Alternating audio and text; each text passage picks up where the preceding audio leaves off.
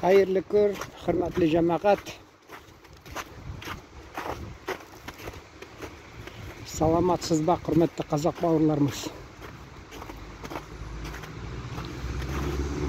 Mene aprel, ribiyata, әлі қар көп. Biz балашақта bizne мәсәлән әтиме, әниме район үзәгенә апарам дисә,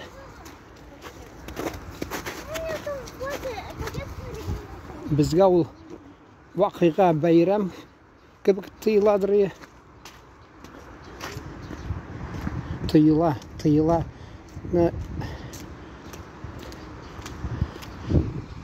Рөхсәт итмәгән нәрсәне тыйыла диләр. Бу тыйыладыр. Кабул итәлдер. Перспективаны имеш. Шундый менә район үзәгенә барабыз дип шатланып. Чөнки авылда тордык, нәрсә күрдек. Бер зуррак шәһәр булса, инде бәйрәм безгә барып кайтырганда.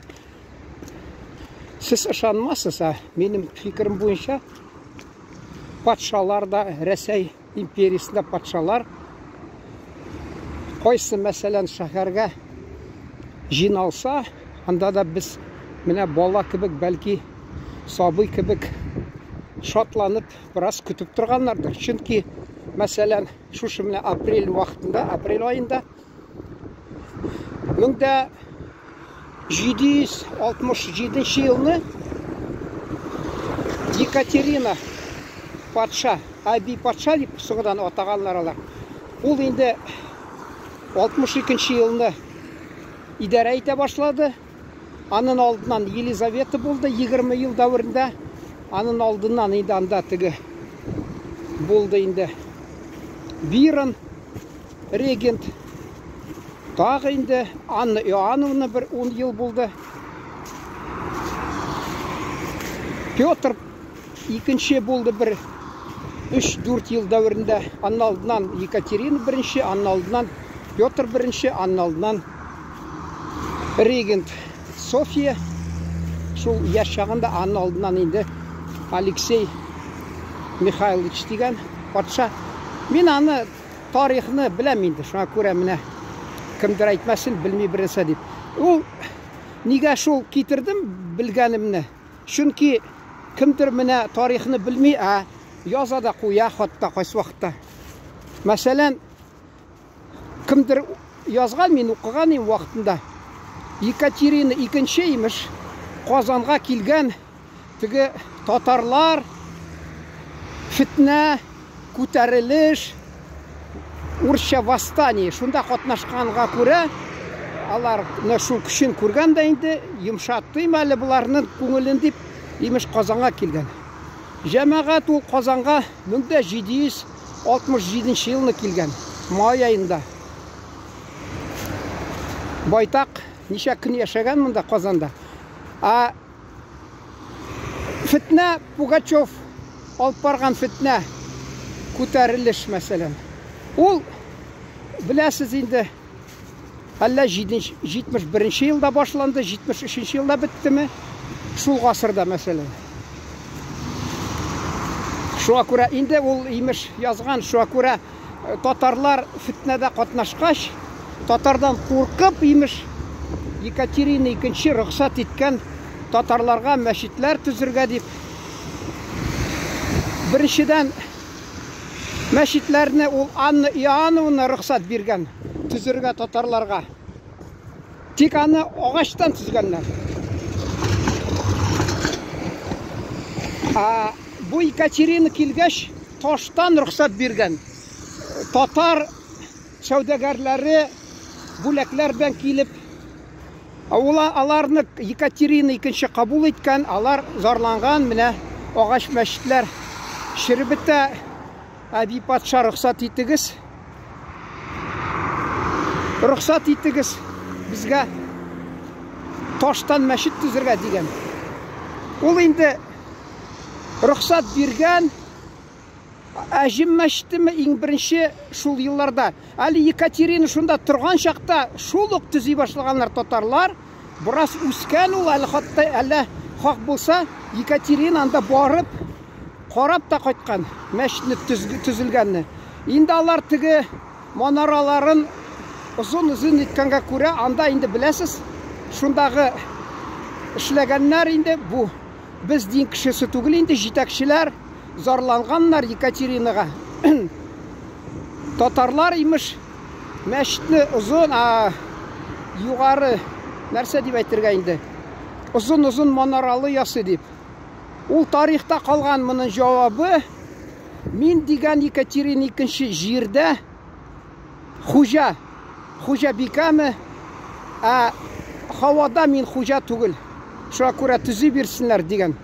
Шуннан ол болған. Әлі хатта ол мен вақытында Екатеринбургқа барған ем. Бір қазақ бабайы мен хатта мәшітті білгәш, мен Татарстаннан екен адресін берді. Біз мәшіттен шыққанда екінші тапқыр келсең, міне меңе қонырға келірсің дей. Міне неше татарлар да ұшыраштым татарлар білен. Бірсінен іштмәдім, шундай сөз, қазақ бабай, әйтерсің мен қазақмы, кел деп шулай адресін беріп жіберді. Міне шундай бола дүнияда шундай көрінішілер. Ол Екатерина келген сәбәбі, Петербургтың шилеп кеткен ем, ғафу етіңіз. Анда да түзей башлағанлар, шунда фотода көресіз мәселен. Мен іштім бір вақиға шундай болған. Мәшіт түзейлер деп, янында бір бина түзе башлағанлар, мәшіт көрінмәсін деп. Мәшітні тек алар қаплағаш қына бұл шул дәрежеде, шул уровень ұрышайынды. Шундай тоқтағанлар, татарлар енді қаплай башлағанлар. Түбәсін. Бұлар да енді түбәсін қаплай башлағанлар енді. Алар білмеген енді, ойламаған да татарлар анда зор ұзын манара түзіп қойған, бәрібір көрініп тұрған. Аларға енді 1812 жылыны соғышта қатнашқан үшін шуларға рұқсат бергенлер. Шуға көре мен алар болғанда анда мен мен жүрдім, мен айталар еді. Татар мәшіті деп. Қайсы кім яратмай милләтні емеш айтса дейді. Ол болмаса анда милләт біздің болар мекен ол мәшіт мәселен. Шул Урал шақарын жайықны ал мәселен, анда Қызыл мәшітіні, Тоқай жүрген мәшітіні, мәселен, татар мәшіті деп атағанлар. Кімгәдір ұшамаса, айтасы келе татар анда болмаса, бәлки мәшітті болмасы енді. Бұл саудагерлер түзгенлер. Шуға көре Петербургта да татар болмаса, алар 1812 жылынан соғысында қатнашмаса, батырлығын көрсетмесе, аларға рұқсат болмасы. Мәскеуде де хатта переулок землячки деп, татарский переулок, әлі Выползов дегенме, нәрсе дегенме. Біраз енді дұрысын айта алмайым. Шунда да рұқсат бергенлер. 1812 жылыны соғыста қатнашқан, татар батырлығын көрсеткен үшін рұқсат берген патша аларға. Мына бұл патша әби, ол апрельда жиналған, енді үмітленіп, майда барып шыққан. Анда ол сәбәбі шу, қызықсыны берген ол Рәсәй империясында халықлар не халде яши екен деп.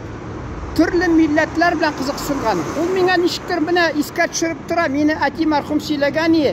Біздің ауылда уақытында совхоз болған, шунда қайт күнінде совхоз директоры Мерклингер деген, бұтан директорлары қызықсынмайдыр е. Бізде міне бұрынғы Ахмет бай, Махмуд бай, Ғани бай, татар байлары, миллионерлары түзген таш мәшіт.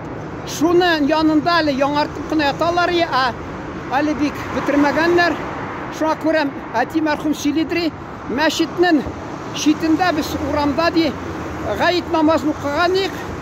Бұл де алман кішісі неміш, яғни келіп де шунда шетті тауда мы, нәрсе мі, кішкіне шунда қарап отырды де, қызықсыны біз намаз оқығанны де, ғайет намазын де, шул қызықсыны де.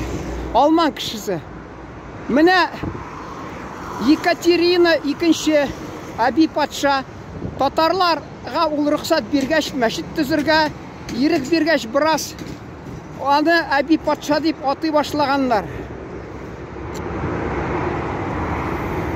Ул милләтләрнең тормышы белән Анна Иоанновна да кызыксынган. Ул Петр Первыйның Иван дигән бер брас ничек инде әйтергә?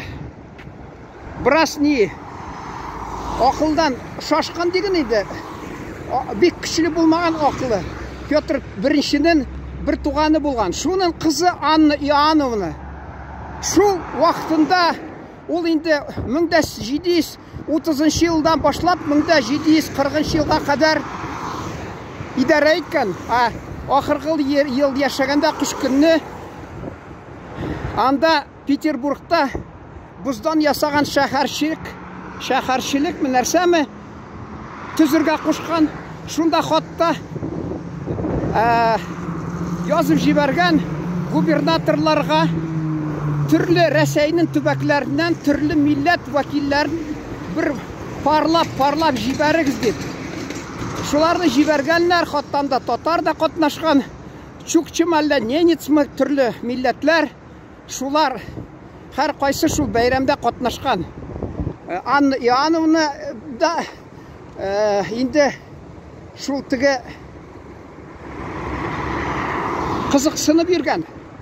Татарлар ничек яши, ваимсыз булмаган. Бүтән халыклар ничек яшәгәнне. Монда да инде Екатерина икенче кызыксынган.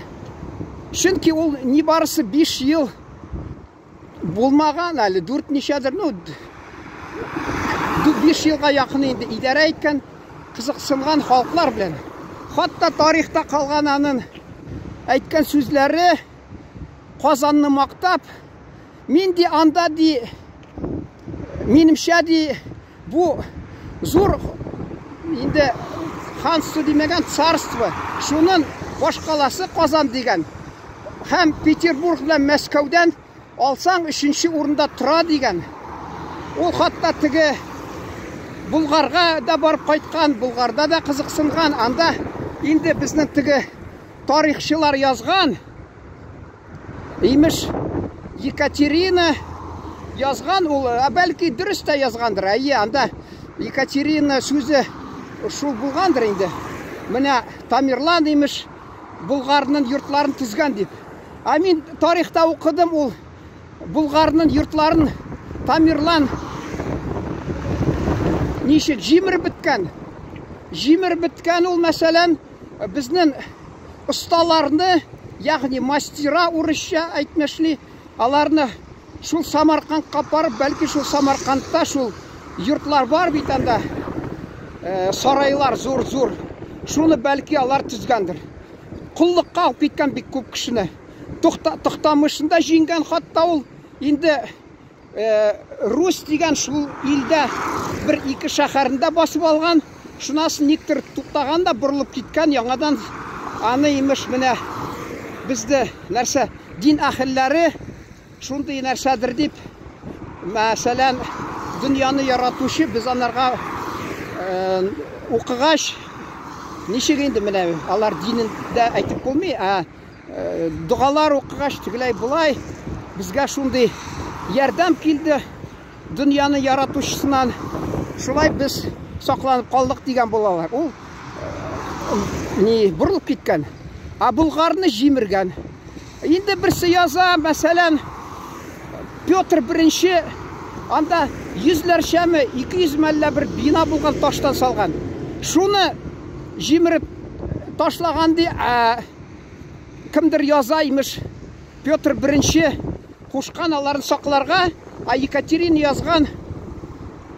Тамерлан аны төзеп куйган бу йортларны имеш, Петр I имеш кушкан тимәскә, кагылмаска, халык аларны җимереп бетерә икән.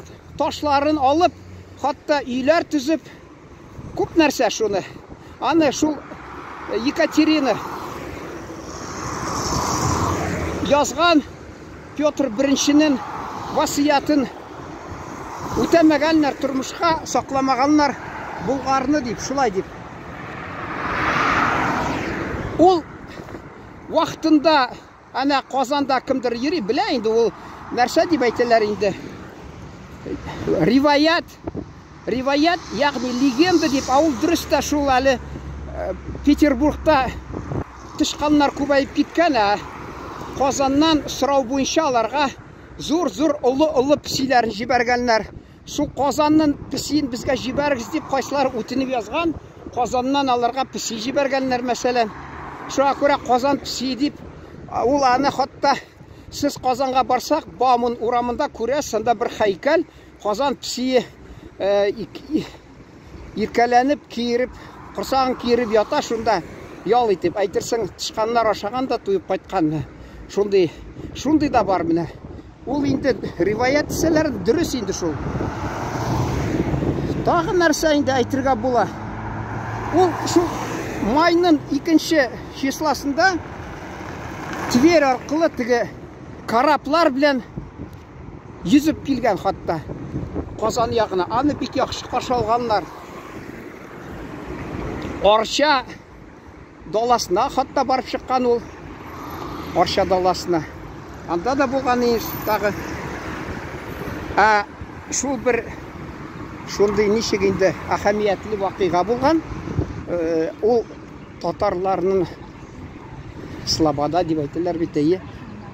Яңа Слободасы, ескі Слободасы. Хатта ол шунда да болған. Ол Орша даласында енді хатта бәйрәмдә бір қатнашқан, гуляни деп атағанлар. Енді майның ортасымы шу вақытта болған, енді ол менімше майның ақырымы қойсан, аны бәлкі сабан тойда болғандыр енді. Ал вақытта андай сөзіні қолданмағанлардыр, қорққанлардыр. Ол болғандыр енді. Менімше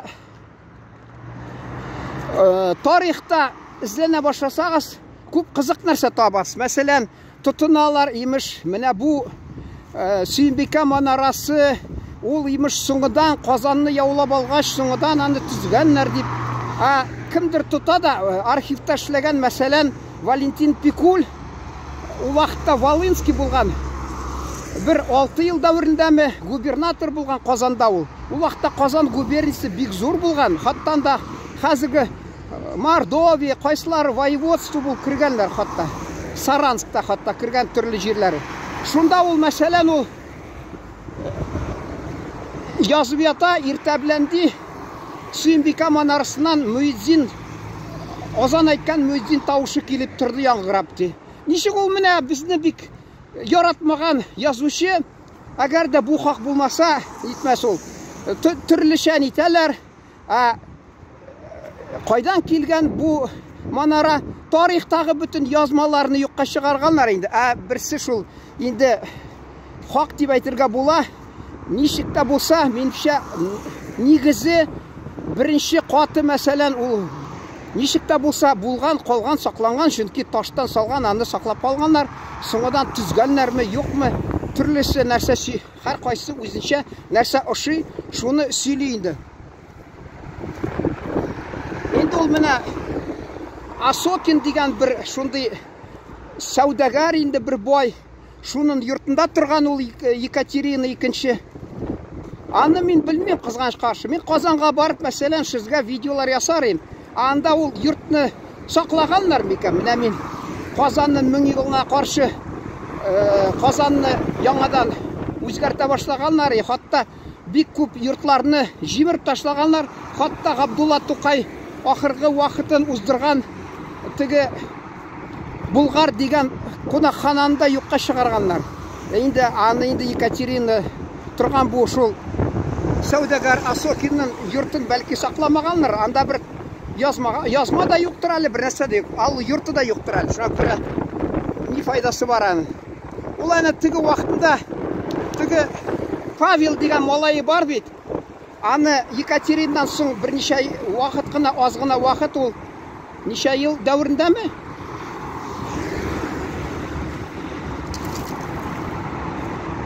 Айе, 6 ел дәуірінде ме?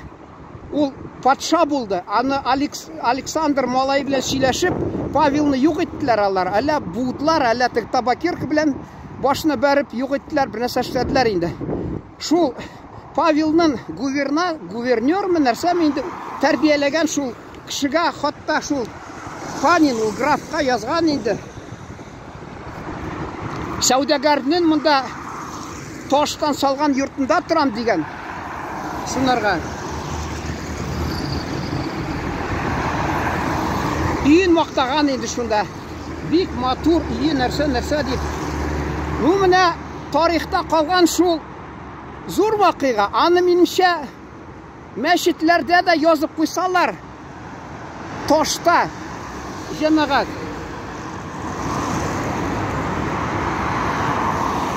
Міне бит. Оқисың китапларны түрлі тарих хақында. Анда имеш Екатерина отменила насильственное крещение татар деген. Мұнсы бик әхәмиятлі. А разрешила им строить мечети де. Мәшітлерді жамағат мен оқыдым. Анны Иоанновны түзірге рұқсат берген. Алар оғаштан болған тек алар Қазанда дымлы хава тұрышы шуңа көрә тиз шіргәлнәр. Аларға рұқсат бергәлнәр. Шунда ең бірінші міне тоштан салырға. Шулай дегенлер. А мұнда имеш міне кімге шанырға? Қойсы міне шығанақ, яғни источник. Қойдан құлланғанлар міне шулай. Йозалар қар қойсы. Орысша айталар бит, как Бог на душу положит.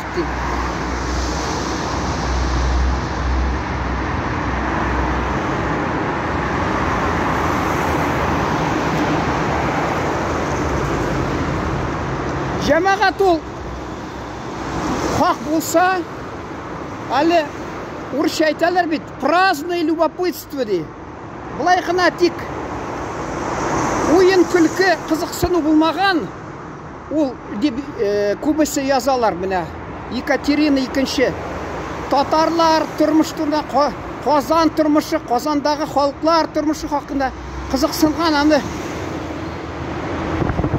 Енді ол идара етем деп, шул халықлар білән идара етем деп қызықсынған аларын тұрмышы білән. Мұны асыя дей, міне, ол ғұмырда болмаған. Бізді Ауропаға кіріп тұрайында Қазан, Татарстан, ашында да ол уақытта шынки татар ханлығы болған, шуңа көрә патшалығы болған, шуңа көрә ол Асия, яғни орысшайында Азия деп атаған аны. Мен де бірінші тапқыр Азияны көрдім деп жазған. Ол Қазаннан қайтқаш енді орысша наказ деп айтылар енді. Шонды yazып шығарған, нешік міне неде Рәсәй көлемінде өзгертірге халықларының тұрмышын өзгертірге. Алар енді патшалар да ол уақытта соңыдан идара еткен, я КПСС-ны алығыз, я кім генеральный секретарь, я жетекшілер болсын анда, тағы айтмейм енді. Алар гіл тыңлап тұрсан, халықның мәнәфәғатын қойғыртабыз, халық яқшырақ яшасын деп тұрышабыз деп, хатта мәтбуғатта шул тұрыша шуны көрсеттерге. Шуңа көрә ол да енді кем болмаған.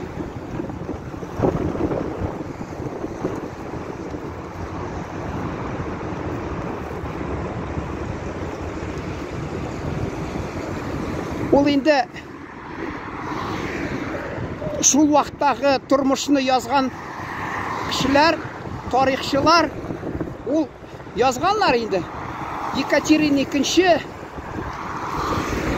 өзі идара еткен халықларының тұрмышын өзгертесі келген,